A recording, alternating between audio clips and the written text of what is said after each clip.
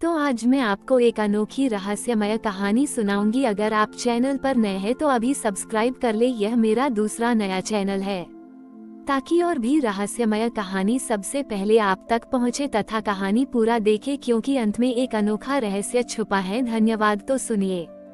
विंध्याचल पर्वत की तलहटी में प्रकाशपुर नाम का एक समृद्ध नगर था। यह नगर अपने व्यापार और ज्ञान के लिए जाना जाता था। नगर के बीच में एक भव्य शिव मंदिर था, जहां एक विशाल स्वर्ण दीपक सदियों से प्रज्वलित था। इस दीपक के बारे में माना जाता था कि इसकी रोशनी केवल मंदिर को ही नहीं बल्कि पूरे नगर को अज्ञान और नकारात्मकता के अंधकार से बचाती थी। हर श्रावण मास में इस दीपक की रोशनी और भी तेज हो जाती थी, जो नगर की समृद्धि और आध्यात्मिक ऊर्जा का प्रतीक थी। परंतु पिछले कुछ दशकों से प्रकाशपुर के लोगों में भौतिकवाद और अज्ञान बढ़ गया था। वे केवल धन कमाने और सांसारिक सुखों में लीन थे। उन्होंने ज्ञान और आध्यात्म, छोटी ही कथा को महत्व देना छोड़ दिया था। हर कोई अपनी समस्याओं के लिए दूसरों को या परिस्थितियों को दोष देता था और अपने भीतर झांकने की कोशिश नहीं करता था। उनमें प्रेम और सहानुभूति कम हो गई थी और नगर में एक अजीब सी निराशा और आत्म केंद्रितता फैल गई थी।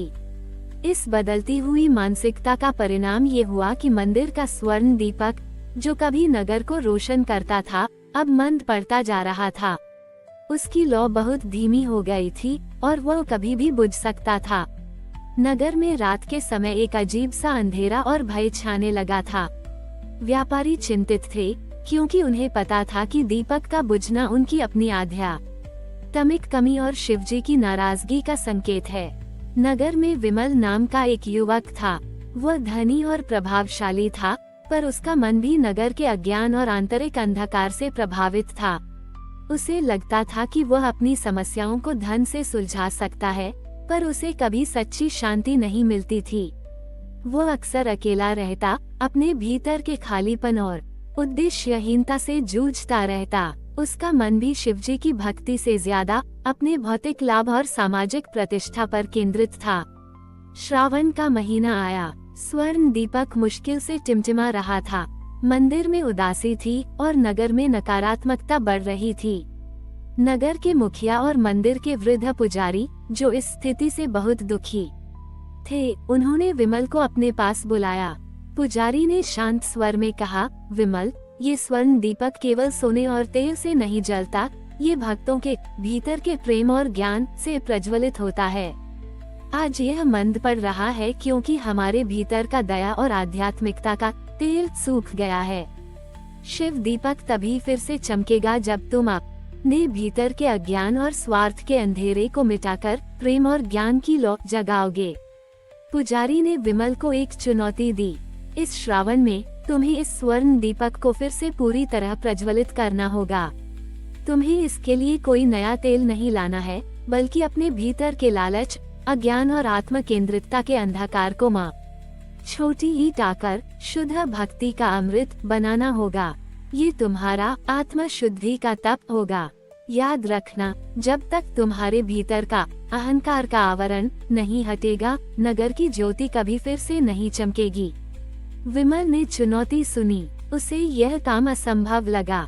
वह कैसे अपने भीतर के अंधेरे को मिटा सकता था, जब वह जीवन भर भौतिक सुखों के पीछे भागा था। पर पुजारी की आंखों में उसे एक अजीब सा विश्वास और गहनता दिखी।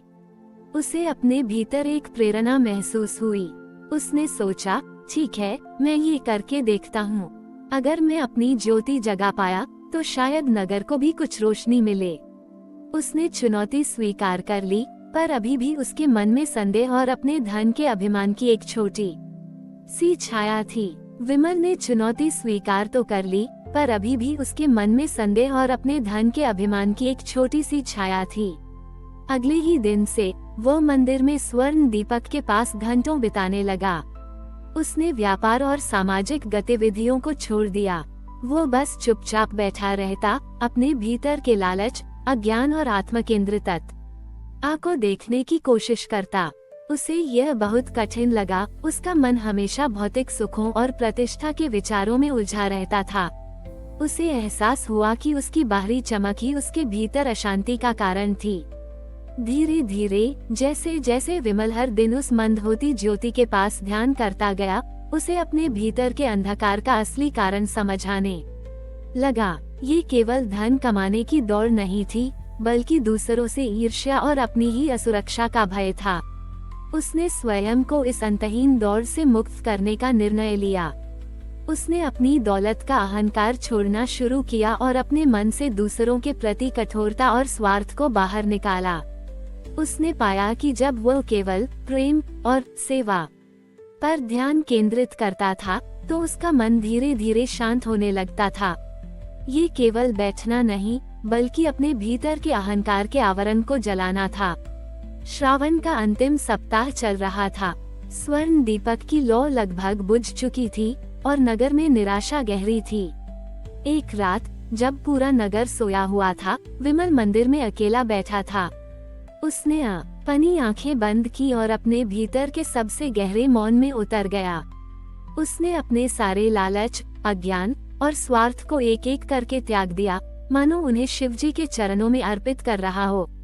उसने शिवजी के अनंत, सर्वव्यापी प्रेम और अपनी आत्मा के अविनाशी स्वरूप का ध्यान किया, और तभी एक आंतरिक प्रकाश का अनुभव हुआ।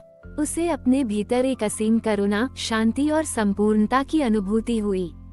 अहंकार का आवरण पूरी तरह से हट चुका था और उसका हृदय प्रेम और ज्ञान के प्रकाश से भर गया था। श्रावण के अंतिम सोमवार की सुबह थी। विमल अब भीतर से शांत, विनम्र और सच्चे ज्ञान से प्रकाशित स्वर्ण दीपक के सामने खड़ा था। उसने धीरे से अपने हाथ दीपक के पास जोड़े, बिना उसे छुए, मानो उसका आंतरिक प्रकाश बाहरी ज्योति से जुड़ रहा हो। और तभी एक अद्भुत चमत्कार हुआ। मंद पर चुका स्वर्ण दीपक अचानक एक तीव्र, सुनहरे लाल प्रकाश से चमक उठा, ऐसा प्रकाश जो दशकों में नहीं देखा गया था। मंदिर एक अलौकिक आभा से भर गया और पूरे नगर में एक गहरी शांति और अगाध प्रेम की लहर फैल गई। हर किसी को अपने भीतर एक स्पष्टता महसूस हुई, मानो उनके सारे संदेह और दुख दूर हो गए हों। नगरवासी, जो उस अचानक तेजस्वी प्रकाश से आकर्षित होकर मंदिर की ओर दौड़े, वे स्वर्ण दीपक को पूरी भव्यता से प्रकाशित देखकर हक्के बक्के रह गए। उन्होंने विमल के चेहरे पर एक ऐसी विनम्रता और दिव्य शांति देखी जो पहले कभी नहीं थी। उनके भीतर का भौतिकवाद और आत्म केंद्रितता तुरंत प्रेम, सहानुभूति और आध्यात्मिक ज्ञान में बदल गई। उन्हें एहसास हुआ कि यह केवल एक दीपक का चमत्कार नहीं था, बल्कि विमल के भीतर के प्रकाश का प्रतिबिंब था, जिसने मंदिर की ज्योति को फिर से जलाया था। प्रकाशपुरा वास्तव में ज्ञान और प्रेम का स्थान बन गया था। विमल, जो कभी धनी पर अशांत था, अब नगर के लिए सच्चा मार्गदर्शक और प्रेरणा बन गया। उसने नगरवासियों को सिखाया कि सच्चा धन और सुख बाहरी वस्तुओं में नहीं, बल्कि अपने भीतर के प्रेम, ज्ञान और निस्वार्थ सेवा में मिलता है। स्वर्ण दीपक अब केवल मंदिर का प्रतीक नहीं था, बल्कि एक निरंतर याद दिलाता था कि आंतरिक प्रकाश ही सबसे बड़ा धन है और वही हमें शिवजी के वास्तविक स्वरूप से जोड़ता है। हमारी और भी आध्यात्मिक एवं अनोखी कहानियाँ देखने के लिए हमारे चैनल पर जाएं तथा धार्मिक एवं पौराणिक अनोखी कहानियाँ हमारे चैनल पर है। कृपया जाके देखें तथा हमारे चैनल को सब्सक्राइब करके रखें और वीडियो लाइक जरूर करें। धन्यवाद।